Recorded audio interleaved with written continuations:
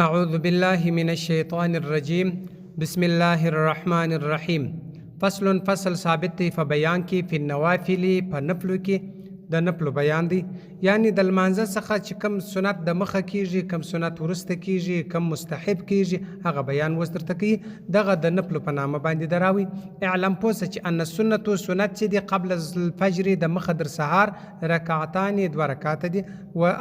4 رکعات دي قبل الظهر د مخه در ماپښین، و رکعتان 2 رکعات دي بعدها ورسته در د ماپښین، و 4 رکعات دي قبل العصر د مخه در مازګر، و رکعتان 2 رکعات دي بعد المغرب ورسته در ماښام، و 4 رکعات سنت دي قبل العشاء د مخه در ماخستن، و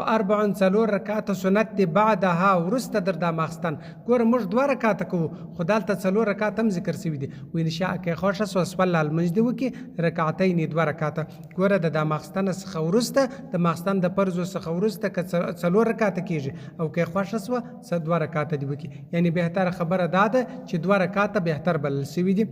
وما ذکرنا چې موږ درته ذکر کړي دي قبل العصر د مخه در مازګر، چې د مازګر د مخه مې درته یاد کله هغه، والعشاء د ماخستن د مخه، چې د ماخستن د مخه به کوي، او د مازګر د مخه 4 رکعات کیږي. فذلک دا چې د مستحب دي، دغه ته مستحب ویل کیږي. وفي المحيط په محیط کې ان تطوع کچيري نفل وکل قبل العصر د مخه در مازګر ب40 4، وقبل د مخه عشاء در ماخستن ب40 4، فحسن دا ډیره ښه خبره ده. د مازګر او د ماخستن د لمانځه څخه د مخه 4 رکعاته کول دا چې دی دا ډیر ښه خبره ده. ولأن النبي صلی الله علیه وسلم لم یواظب، همیشه توب نه دی کړی علیه ما پر دې باندې، دا د ماخستن د مخه او د مازګر د مخه دغه سنت باندې همیشه توب نه دی کړی علیه ما پر دې باندې. وقبل الجمعه د مخه در جمعه 4 رکعات کیږي، د جمعه د فرض د مخه 4 رکعات سنت کیږي، و بعدها ورسته در د جمعه 4 رکعات کیږي، د جمعه 2 رکعات فرض چې وسو بیا 4 رکعات کیږي. و عند ابي يوسف رحمت الله په نزد د امام یوسف صاحب 6 رکعات دي. والافضل بهتره چې د عندنا په نزد موږ انداد یصلي چې لمونځ وکړي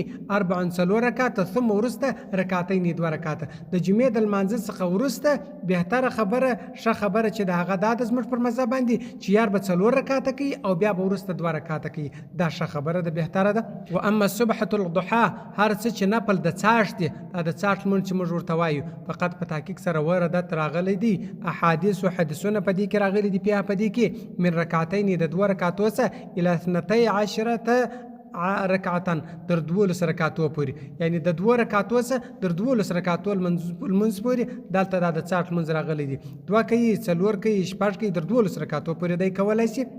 ثم ورس الافضل بهتره چې دی په صلات الليل د شپې په لمانځه کې، او نهار د ورځې په لمانځه کې 4 رکعات 4 رکعات دي. بهتره دا دي چې 4 رکعات سړی کوي بتحریمه په یو الله اکبر سره واحده یو عنده په نزد امام صاحب. وقال يرام وي په لیل په شپه کې رکعتان 2 رکعات دي، و زیادت زیاتوب على 8 رکعات پر 8 رکعات باندې لیلا د شپې، وعلى 4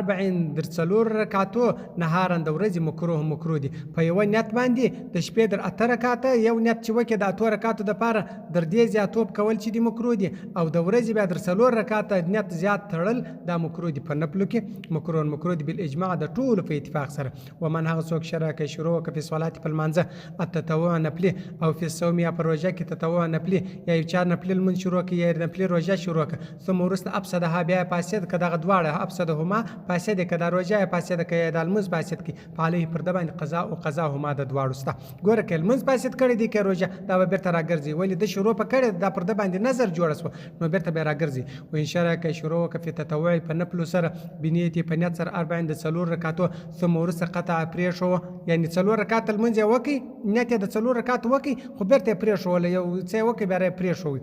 لا یلزمو نه لازمیږي پر د باندې الا شفع مګر نه 2 رکعاته وي، نو خو د نیت د 4 تړلی دي، نو که چیرې د فاسد کړي دی به بیرته بیا د 2 رکعاته راګرځي، 4 نه راګرځي پر د باندې. الا شفن خلافا لابي يوسف رحمه الله امام يوسف صاحب یا څلور سره به راګرځي. قالو ویلي دي هذا دا چې دی په غیر سنني دغه نه راګرځول چې دی دا په ما سوا د سنتو کې. ګوره که چیرې سنت وله د سنتو نیت یو چا وتاړي د ماپښین سنت یو چا نیت وتاړي یو رکعت یې وکړي بس بیا یې پرېښو فاسد یې کوي نو بېرته به دا څلور رکعته سنت څلور سره راګرځي. او که چیرې نفل ول بیا به دوه رکعته راګرځي دا یوه شپه راګرځي دواړه بیا نه راګرځي. اما په تاکید سره اذا وشرک شروع وکړه فی 40 په څلور ثم وروسته قطع پرېښو یلزم لازمیږي پر ده باندې 40 څلور. فإن شرک شروع وکړه فی 40 په څلورو ولم یقعد نه کښېنستی په اخر ثانیتي په اخر کې د دویم رکعت نه کښېنستی فسدت فاسد عند محمد په نزد امام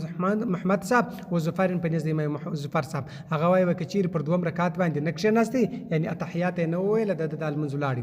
ویقضي قضا د رای الاولین د دوه ول رکعت. قال شیخین وایي لا تفسدو نه فاسدېږي وکل رکعتین هر دوه رکعته چې اذا وخت افسدهما چې فاسد کې پالې پر ده باندې قضا اوما قضا دغه دوه رکعتو د دون قضا او نه قضا ما قبلهما دغه د مخه رکعتو قضا پر ده باندې نسته به چې کومې دغه که فاسد که دغه قضا ده.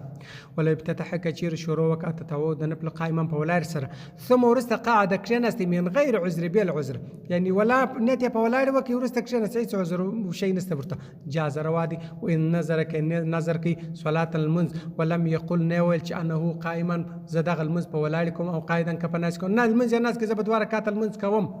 نو دا نه ویل چې په ولاړ کوم که په ناست یلزمو لازمېږي قایما په ولاړ سره پر ده باندې دا لمونځ لازم دی دی به په ولاړ کوي. وین سواله که چې لمونځ وکړي قاعدا په ناست سره قیل ویلي دي یجوز روا دي که چیرې دا لمونځ په ناست سره وکړي هم روا دي قیاسا چې قیاس پر هغه باندې راسي. وطول اوږدوالی القیامي د قیام یعنی د ولاړ اوږدوالی افضل بهتره دی من عدد الرکعات د ډېرو رکعتو لمونځ اوږدول بهتر دی. وځي سړی نفلونه کوي چې ډېر نفلونه کوي ډېر رکعتونه کوي ښه دي که یو رکعت اوږد کوي یعنی هغه بهتره دا دی چې دغه لږ کوي هغه دې اوږد کوي دا اوږدوالی د رکعت چې دی دا بهتره دی. ثم وروسته السنت سنت طریقه چې په سنتي په سنتو کې الفجر د سهار اندادي لا یاتي راتګ بنه کوي بها په دې سره مخالطن چې ګډ وي لسپې سپ لره په سپ کې و اندا یاتي چې راتګ کوي بیا په دې سره اما په بیتي یا دې په کور کې کوي او عند بابي یا دې په نیز د دروازې کې المسجد د مسجد. ګوره په سپ کې سب دی رالی د سهار لمونځ جماعت ولاړ دی دغه د جماعت په سپ کې دی سنت کوي دا کار دی نه کوي د دې څه ځان وساتي او دا چیرې کوي سنت یا د کور کوي یا د مسجد د دروازې سره یو طرف ته کوي چې د صف څخه لري مطلب چې لمونځ جماعت ولاړ د دې څخه لري. ویلم يمكن که امکان نو په المسجد په مسجد کې د کوي خارج د باندې که چیرې دننه دلته نو بیا د مسجد د باندې دلته کوي. وان کان که چیرې المسجد مسجد واحدا یو فخلف ورسته د کوي استوانتی در هغه ستنو چې درستن یا پیلر په مسجد کې چې کوم شی دی دغه ورسته د کوي. ونحو ذلك په مثل د هذا دا چې اذا كان كثير بعد شروع ورسته د شروع په فرض په فرض او اما قبل شروعهم د مخدر شروع چې په فرض په فرض فياتي راتګ د کی به ها په دې سره په اي موضع عند هر چا. ګوره دا چې فرض جماعت ولاړ وي دی به دا کاردار کم کوي که چیرې فرض جماعت نه ودرېدلی هر ځای دی کولی شي په هر ځای کې د خپل منځ وکړي یعنې دا سنت وکړي کولی شي په اي موضع شا چې خوښ شي. او اما سنن سنت چې دی التي هغه بعد وروسته فریضه چې د فرض دي ان تطوع فی المسجد که چیرې نفل کول په مسجد کې فحسن دا ډېر ښه دی. دغه هغه سنت چې د فرض لمانځه څخه وروسته راځي لکه د ماښام یا د ماخستان یا د ماپښین د دې ښه خبره دا ده چې د هلته یې وکړي په حسن دا ډېر ښه دي که د هلته وکړي. او په بیت په کور کې افضل ډېره بهتره ده که چیرې دا یوسي د دې ځای څخه ولاړ شي خپل په کور کې وکړي دا ډېره بهتره خبره ده. لما روي عن نبي صلی الله علیه وسلم چې روایت شوی د نبي علیه الصلاة والسلام څخه انه دی کان ویصلي لمونځ کوي جمیع سنن ټول سنت والوتر وتر په بیت په کور کې. ومن السنن او بعض د سنت څخه التراویح تراویح دي و اقامتها اقامت د تراویح بالجماعت په جماعت سره دا سنت یعنی اقامت سمراد د چې جماعت دغه تراویح قائمېدل چې د جماعت دا سنت دی ایزن دغه رقم على سبیل الکفایت پر سبیل د کفایت یعنی دی دا د سنت کفایه دي که چیرې دغه تراویح چند کسان وکړي چې چا نه وکړي دغه غاړې په خلاصېږي حتی تر داسې وخته پورې لو ترکه که پرېښوي اهل المحلتي هغه خاوندانو د محلې او د کلي او د علاقې کلهم ټولو الجماعت و جماعت فقط ترکو پرېښوي سنت و سنت دا ګردو که ګردو نه وکړي سنت یې پرېښوي. وقد اساء او ټوله ګناهګاره کېږي په دې باندې په ذلک په دې کې وانو قیمت که چیرې ودرېدې تراویح یعنې قایمه کې تراویح وتخلف عنها او مخالفت وکړي د دې سره رجل یو سړي من افراد الناس د خلکو سره سړي و دوه مخالفت وکړي نه یې کولې. وصلى المنځ یې کوي فی بیتي په کور کې جماعت له نه راکړه فقد ترک فضیلت دوی فضیلت پرېښوي لا سنت سنت یې نه دی پرېښوي په کور کې کولی زه تراویح په کور کوم مسجد له نه ځم دی تراویح وکې خو د تراویح فضیلت د دوی سولاړي هغه بهتروالی د جماعت چې دی هغه جملاړي وین سوال وکړي چې لمونځ وکړي فی بیت په کور کې بالجماعت په جماعت سره لم ینالو نه رسیږي فضل الجماعت هغه فضیلت ته او بهتروالی ته د جماعت چې جماعت کم فضیلت لري او هغه ته نشي رسېدلی د کور جماعت کما فی المسجد لکه په مسجد کې وهکذا دا چې دی په المکتوبات په فرضو کې هم دغه رقم دی والاحتیاط احتیاط چې دی په نیت په نیت کې دی انداد ینوي چې نیت پکې تراویح نیت پکې او قیام اللیل یا د قیام اللیل او سنت الوقت یا د سنت وخت دغه د تراویح نیت دی ګوره یا د تراویح نیت یا د قیام اللیل نیت یا د سنت د وخت نیت دغه نیت د تراویح د پاره کېږي ولأن المشایخ چې دي قد اختلف اختلاف کړی دی په جواز اداء سنتي په جواز کې د اداوالي د سنت د بنیت النفل یعنی د نفل په نیت سره دغه په دې کې اختلاف کړی د نیت په نیت د نفل باندې بیان کی قال بعضهم ویل المتقدمین هغه ویل لا يجوز روانه دی او هو دا چې قول ابي حنیفه هم دی وقال بعضهم ویل المتاخرون يجوز روا دی کما صلاه رکعتين لکه څوک چې منځو کې بنیت صلات په نیت المنزل لیل د شپې ثم ورسته تبین معلوم چې انه کان قد پتا کې سره طالع راقتل دی فجر سحر یو سړی نفل کې د شپې بیا ورسته معلومه چې د سحر سوي دی نو قال بعضهم ویل دی نو بدریج عن سنت الفجر دا پر ځای د سنت د فجر د سحر ودرېدی د فجر پر سنت پر ځای باندې دا خپل دریج خو د نفل نیت تړلی دی نو چې د نفل نیت هغه سحر سوی دی دا د سنت پر ځای باندې دریج او قوله ما دا قول د یارانو هم دی و ان شک کچیر شکمن په طلوع پر اختو کې فجر رسال لا نو بن دریج کچیر شکمن توا سحر به کبنی بیا د سحر د سنت پر ځای باندې نه دریج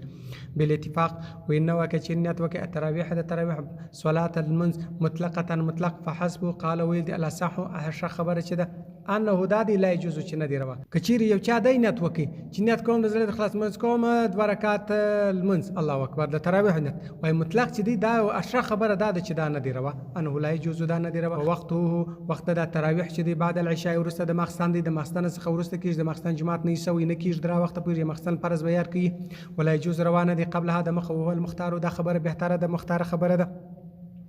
ولو صلى كيشيل المنز وك عشاء د مخستن بإمام په امام پس وصلى المنز وك تراويح بإمام آخر په بل پس فرض المنز په یو امام پس وکي تراويح په بل امام پس وکي ثم ورستعلم مانو چې انا الامام الاول اول امام چې قد په تحقیق سره صلى عشاء د مخستن فرض المنز را کړی دی علی غیر وضو هغه د سند درلودي بیا د سیل منز را کړی دی يعيد العشاء را ودي ګرځي د مخستن المنز دیم بر تراو ګرځي او تراويح دیم بر تراو ګرځي دواړه دیم بر تراو ګرځي ول د مخستن المنز سوي نه فرض نه سوي تراویح نس کېدلی تراویح چې دغه د فرض لمانځه څخه وروسته دي وین فاتت و کچیر په قضا سو دی چاسه دا خو یو صورت وین فاتت کچیر په قضا سو تراویحتن یو تراویح او تراویحتان یو تراویح چې دي دغه څلور رکعاتو ته تراویح د بیا چې دلته تسبیح ویل کېږي څوک دغه کښینی دغه څلور رکعات ته یو تراویح دوه تراویح یعنی دوه واره څلور رکعات دا د دسه قضا سي یو سړی رالی تراویح جن تیر سوي دي بس فرض منځ دی وکي سنت دی وکي بار دي په تراویح ورګټ چې څونه جن تیر سوي د ذکر سوي دي په ذخیره کې اختلاف کړ دي المشایخ زمانه ناز مرد زمانه قال بعضهم ویل دي یوتر ویتر دی وکي مع الامام دی امام سره ثم ورس يقضي قضا درې ګوره و چې تراویح خلاص وي خو امام ولاړیږي ودغته ویتر ته ولاړیږي خو تر په جماعت کې امام نو د دس خو تراویح تیر سوي د دی به څه چم کوي یعنی هغه ښه خبره دا ده چې دی ویتر وکي بهتره خبره یعنی هغه د هغه بعض علماو خبره چې دی راونه ول چې په دې کې اختلاف شته خو بهتره خبره دا ده چې دی ویتر د امام سره وکي ولی ویتر بیا د لاسه وځي دی په جماعت نشي کولی نو ویتر د امام سره وکي هغه پاته تراویح د ویتر وروسته بیا راوګرځي وقال بعضهم ویل دي سوال المنځ کې تراویح المتروکه چې پاته سوي دي بعض بیا وایي هغه چې د کوم تراویح پاته سوي دي هغه دی وکي ثم یوتر بیا دی ویتر وکي چې هغه وکړي بیا دی ورسته خپل ویتر وکي واما الاستراحه هر څه چې استراحت و دماده فیجلس کښیدنی بین کل تربیحتین په مابین کې د هر تربیح چې د دسه تیر سوي د غون د کښین مقدار او اندازه تربیحتین د یو تربیح فإن استراح کچیر دما وکله على 5 تسلیمات پر 15 سلامو باندې قال بعضهم بعضی لا باس باکنس به په دې سره وقال اکثر المشایخ وی لا يستحب دا خبره چې د مستحب نه یعنی دغه 15 تسلیمات یعنی د 15 تربیح خو په یو په مابین کې ګړی ګړی کښېني لږ لږ که چیرې دی راولاړ شو که پر یوه ځای باندې کښېناستي نو دا خبره چې ده بعضې علما په دې باک نشته او بعضې علما دا مستحب خبره دا رقم نه ده. مستحب خبره دا ده چې د هر ترویح وروسته به سړی لږ لږ دمه کوي لږ لږ قدر به کښېني او دی چې راولاړ شو د ګردو وروسته په یوه پلا کښېناستي دا د مستحب مخالفت راغلي مستحب کار دا نه دی. نو بهتره خبره دا ده چې د هر ترویح څخه وروسته لږ لږ اندازه کښېني. صدق الله العلي العظیم وصدق الرسول النبي الأمي الكريم ونحن على ذلك من الشاهدين والشاكرين والحمد لله رب العالمين.